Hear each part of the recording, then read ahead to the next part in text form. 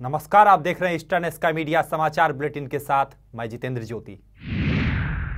CSAT हटाओ आंदोलन अब देशव्यापी आंदोलन का रास्ता अख्तियार कर लिया है, इसमें दो राय नहीं। मोदी सरकार ने देश के 90% छात्रों को धोखा देकर ये साबित कर दिया कि आने वाले दिनों में वह इंदिरा गांधी के रास्ते पर चलना पसंद करेंगे। प्रदर्शनकारियों को आतंकवादी दंगाई घोषित करवाने में भी मोदी सरकार ने कोई कसर नहीं छोड़ा। वही आंदोलनकारियों ने स्पष्ट कर दिया है कि जब तक न्याय नहीं मिल जाता है आंदोलन जारी रहेगा।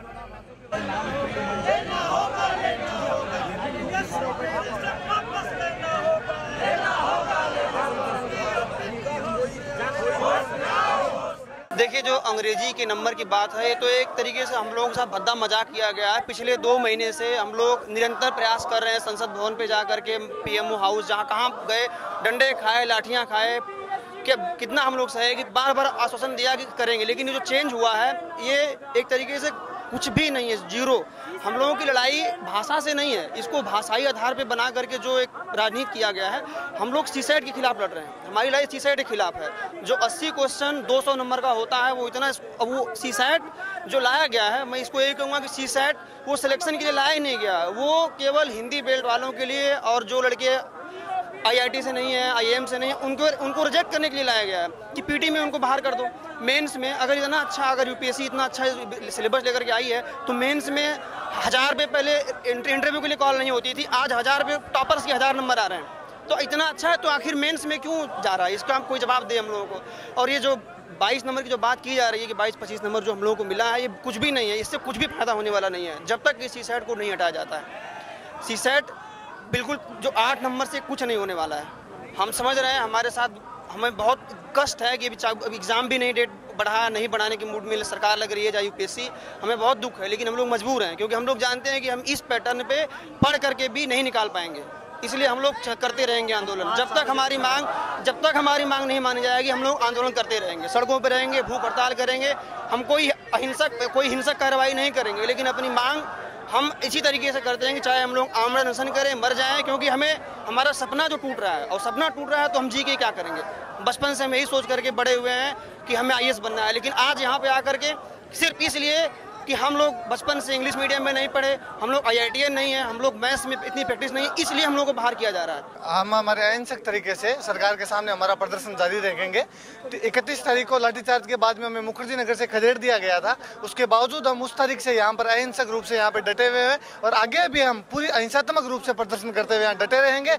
और सरकार को हमारी मांगे तो माननी पड़ेगी। सरकार जो हमें जो झुनझुना पकड़ाने का प्रयास कर रही है, जो केवल कुछ अपने उन हिंदी प्रेमियों को तुष्ट करने का प्रयास कर रही है, हम इसे सफल नहीं होने देंगे। और हम कहते हैं हमारे साथ और हम केवल सीसैट का विरोध नहीं है, ये उस मानसिकता का हम विरोध कर रहे हैं जो कि पूरी तरीके से उन लोगों के पक्ष में कर दी गई है जो कॉन्वेंट स्कूलों से पढ़े होते हैं। जो भारत और इंडिया का जो फर्क आ रहा है, उसके विरोध में हमारा प्रदर्शन चल रहा है। तो हम अहिंसक रूप से ये प्रदर्शन जारी रखेंगे जब तक कि हमारी सीसैट हटाने की और तिथि आगे बढ़ाने की मांग पूरी कर ली जाती है।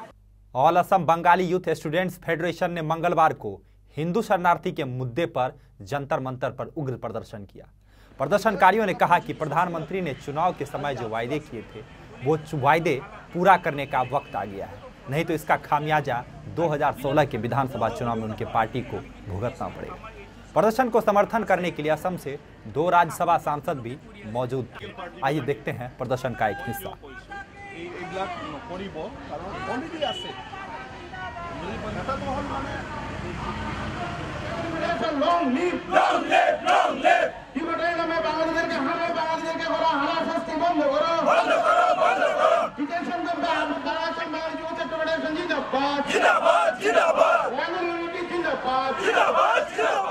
आज जंतर मंतर पर ऑल असम स्टूडेंट्स यूथ अपना गुस्सा जाहिर करने के लिए, क्योंकि जो असम में नरेंद्र मोदी जी ने जो आश्वासन दिया था कि इनके अच्छे दिन लाएंगे, शायद उनके अच्छे दिन पूरे नहीं होते दिख रहे हैं, इसलिए अपना गुस्सा इजहार करने के लिए आज दिल्ली के जंतर मंतर पर बैठे हुए हैं ये लोग, और अपना एक प्रदर्शनकारी हैं। तो मैं इनसे पूछना चाहूँगा कि क्या मैटर है और मोदी जी क्या अच्छे दिन लाने का वादा किए थे, ये सारा बताइए।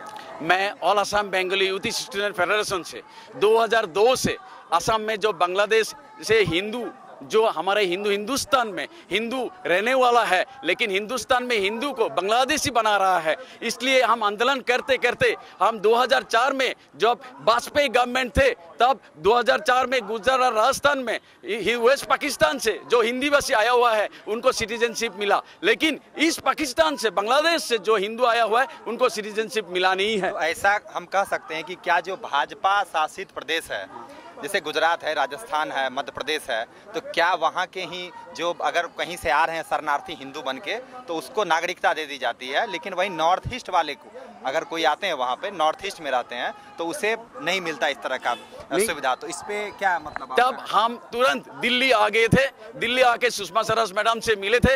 मैडम, एक हिंदुस्तान में दोहरा नीति क्यों कर रहे हैं? तब मैडम हम लोगों को बोले थे जो असम में स्टेट गवर्नमेंट कांग्रेस की है, जो कैबिनेट डिसीजन चाहिए, इसलिए हम करने नहीं सका। वो गुजरात राजस्थान में बीजेपी का गवर्नमेंट है। लेकिन आज मैं बोलना चाहता हूँ, बिफोर लोकसभा इलेक्शन में मोदी जी असम में जाके सभा में बोले थे जब हम सत्ता में आए तो बांग्लादेश हिंदू बंगाली को सिटीजनशिप देंगे। लेकिन आज मैं पूछना चाहता हूं, अगर ये बोलने का तरफ असम का जितना 72 लाख हिंदू बंगाली है, सब बीजेपी को वोट दिया हुआ है। लेकिन आज तक मैं मोदी जी को बोलना चाहता हूं, असम कैबिनेट ने जो डिसीजन लिया हुआ है इसको आप तुरंत लागू कीजिए, नहीं तो 2016 में वहां का असेंबली इलेक्शन होगा, तब असम का हिंदू बंगाली जैसे लोकसभा में बीजेपी को भेजा, उसी तरह से अगर 2016 तक पहले इस तुरंत नहीं होगा तो 2016 में असम का हिंदू बंगाली बीजेपी को भी दिखा देंगे। देखिए, अच्छा दिन आएगा कि नहीं आएगा इसको तो मैं बोल नहीं सकता हूँ, लेकिन वही लोग जिस समस्या को लेके यहाँ पर आया है, ये बहुत ही गंभीर समस्या है और ये लगभग आज 30-40 साल से होते आ रहा है। तो आज उन लोगों का ऐसा हो गया कि उन लोगों को डाउटफुल सिटीजन पे रखा है। तो वो डाउटफुल सिटीजन जिन लोगों को रखा, आज तो उसके पहचान के लिए या उसके समाधान के लिए कोई भी ठीक तरह से प्रक्रिया नहीं लिया है। तो एक ही आदमी को बार बार सामन करके माने इतना तकलीफ देता रहता है और मानसिक भावी इतना कष्ट दे रहा है कि 30-40 साल तक वही लोग इसी तरह के माने जी रहा है। इधर माने वही लोग यहाँ का सिटीजन की मर्यादा मिलेगा या नहीं, वही एक बड़ा प्रश्न है। हाँ, नरेंद्र मोदी जी ने जब असम में गया था इलेक्शन के समय में, तब उसने उसका इलेक्शन का जो भाषण था वो भाषण में बोला था कि जो बंगाली लोग बांग्लादेश से हो या कहीं से भी जो लोग भाग के इंडिया में आया है, भारतवर्ष में आया है, उन लोगों को हम लोग सिटीजनशिप देंगे बल्कि बोला था। अभी नरेंद्र मोदी डांगरिया भारत का आदमी लोग उसको वोट दे के प्रधानमंत्री बनाया। अभी नरेंद्र मोदी जो इलेक्शन में वादा किया था, वो वादा को अभी नरेंद्र मोदी ने फुलफिल करना है। तो इस पे राज्यसभा में आपने क्या इस मुद्दे को उठाया है? एक बार भी अगर जरूरत पड़ेगा तो राज्यसभा में भी हमारे बंगाली भाई लोग का जो समस्या है, राज्यसभा में भी इस मुद्दे को हम लोग उठाएंगे। और जुलाई महीना का 16 तारीख में असम कैबिनेट ने डिसीजन लिया है, कैबिनेट में अप्रूव किया है कि जो लोग बंगाली हिंदू लोग का जो प्रॉब्लम है, डी वोटर का जो प्रॉब्लम है, उस प्रॉब्लम को सॉल्व करने के लिए कैबिनेट डिसीजन लिया है और उस कैबिनेट डिसीजन को इम्प्लीमेंट करने के लिए भारत सरकार के पास में भेज दिया है। मैं आशा करता हूँ कि भारत सरकार इस मुद्दे पर जल्दी ही वो लोग फैसला लेंगे। अखिल भारतीय मध्याह्न भोजन श्रमिक समन्वय समिति व सीटू के बैनर तले हजारों मिड डे मील वर्कर्स द्वारा मंगलवार को जंतर मंतर पर संसद मार्च किया गया और धरना प्रदर्शन का भी आयोजन किया गया। धरना प्रदर्शन में तपन सेन भी मौजूद थी। वेतन बढ़ोतरी, 45वें भारतीय श्रम सम्मेलन की सिफारिशों सहित कई मांग को लेकर यह प्रदर्शन किया गया था। लाल झंडे ने पूरे जंतर मंतर को किस तरह इनकलाबी माहौल बना दिया, आइए नजर डालते हैं सीटू के इस प्रदर्शन पर। ನೀವು ಹೇಳ್ತಕ್ಕಂಥದ್ದು ಸರಿಯಲ್ಲ, ಆ ಕನಿಷ್ಠ ಕೂಲಿ ಕೊಡವರೆಗೂ ಕೂಡ ನಾವು ಹೋರಾಟವನ್ನ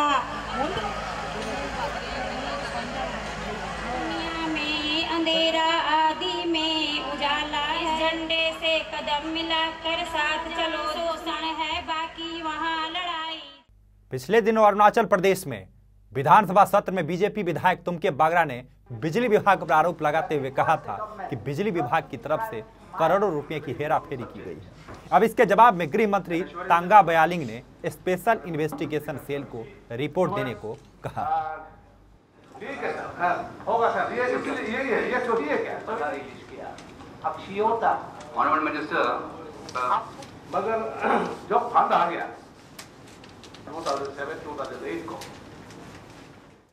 इसके ऊपर में हम तो SIC बता दिया।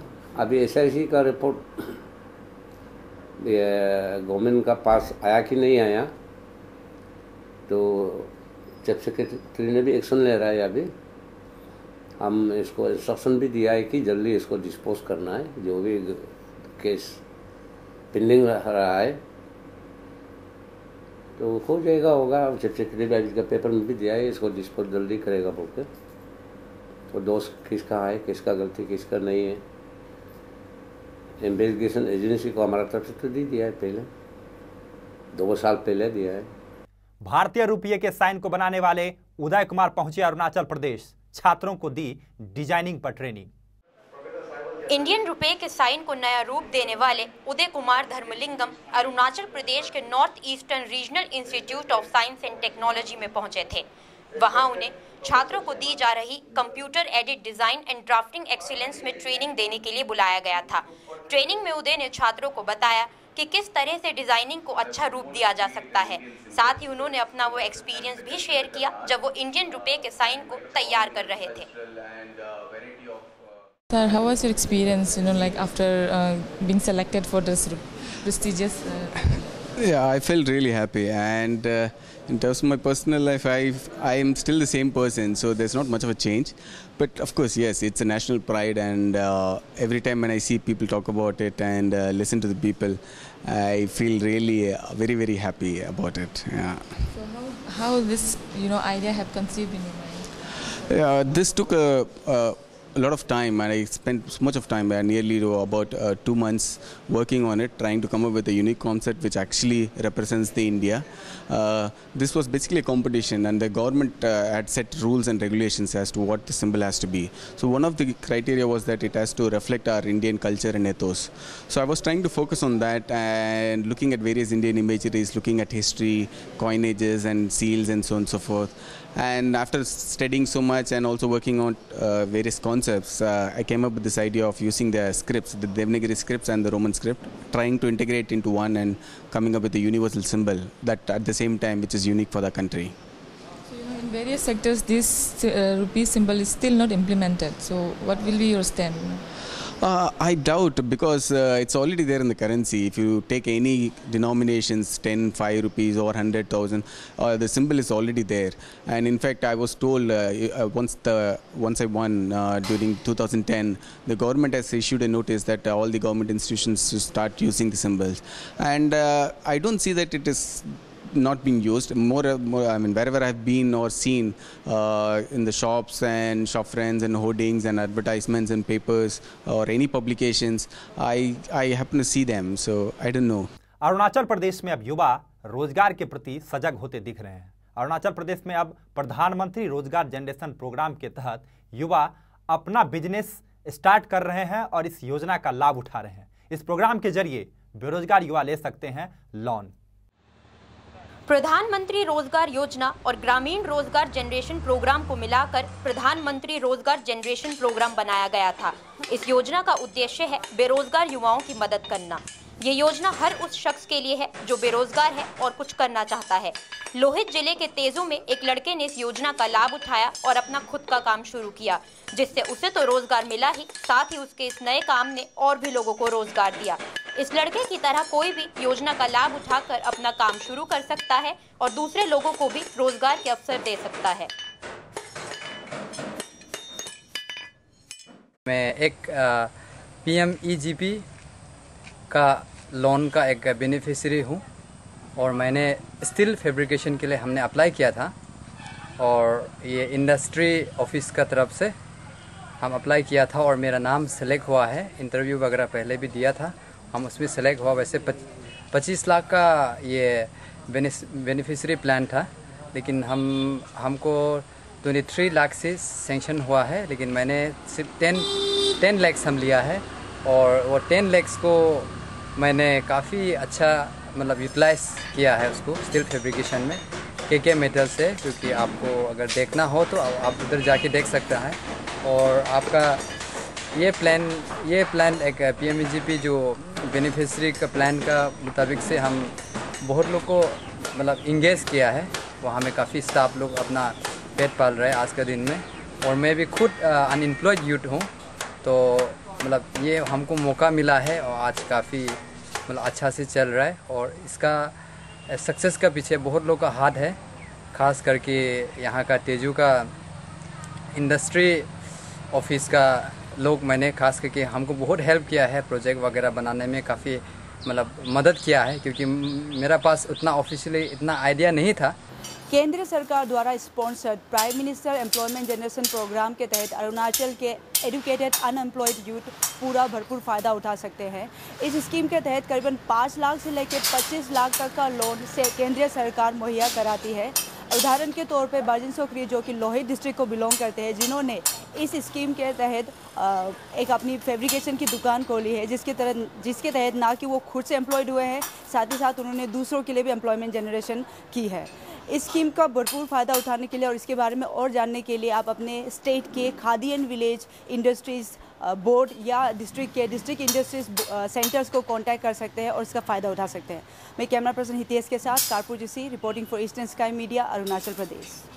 अरुणाचल प्रदेश के ईटानगर से कुछ ही दूरी पर गंगा झील के पास बनाए गए लॉज की हालत बेहद ही खस्ता हो गई है। टूरिस्ट की पसंदीदा रही यह जगह अब हर समय रहती है वीरान।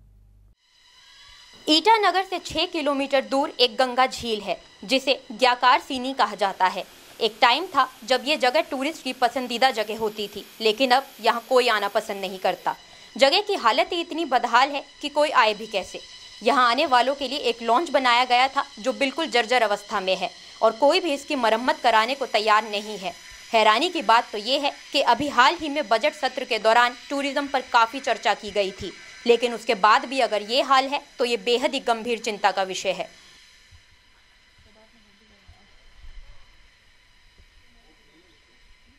इस वक्त में गेकर सिन्या जो कि लोकली जाना जाता है और टूरिस्ट के लिए गंगा लेक, यहाँ पे मैं हूँ। यहाँ पे हम अभी देख रहे हैं जब इस बार के बजट सेशन में हमारे टूरिज़्म को लेके, हॉर्टिकल्चर को लेके और हाइड्रो पावर को लेके बहुत सारा डिस्कशन किया था, बहुत सारा चर्चा हुआ। तो अभी हम यहाँ पे देखते हैं कि जब हम यहाँ पे आए हैं, जो गंगा लेक एक ही बहुत माना जाना बहुत पुराने ज़माने से यहाँ पे था, तो यहाँ पे हम देखते हैं कि यहाँ पे ना कोई टूरिस्ट है, ना कोई यहाँ पे देखने के लिए विजिटर्स है। और जब हम यहाँ पे आए, हमने देखा तो यहाँ पे जो रेस्ट हाउस है, जितना भी सर्किट हाउस या गेस्ट हाउस या रेस्ट हाउस बना के रखा है, उस बिल्डिंग्स का कोई भी बिल्डिंग्स का कंडीशन अच्छा नहीं है, ठीक नहीं है। यहाँ पे हम देख सकते हैं जो ये रेस्ट हाउस है, इसका बिल्डिंग को हम देख सकते हैं। यहाँ जो छत है, यहाँ पे जो छत है वो भी बुरी तरह से गिर गया है। और यहाँ पे जो फ्लोर है, यहाँ पे हम देख रहे हैं जो फ्लोर है, यहाँ पे तो जाने से भी बहुत रिस्की है। हम देख सकते हैं कि अगर कोई चला जाएगा तो वो गिर भी सकता है। और नीचे जो जितना भी बिल्डिंग्स है वो भी पूरा पैथेटिक कंडीशन में है।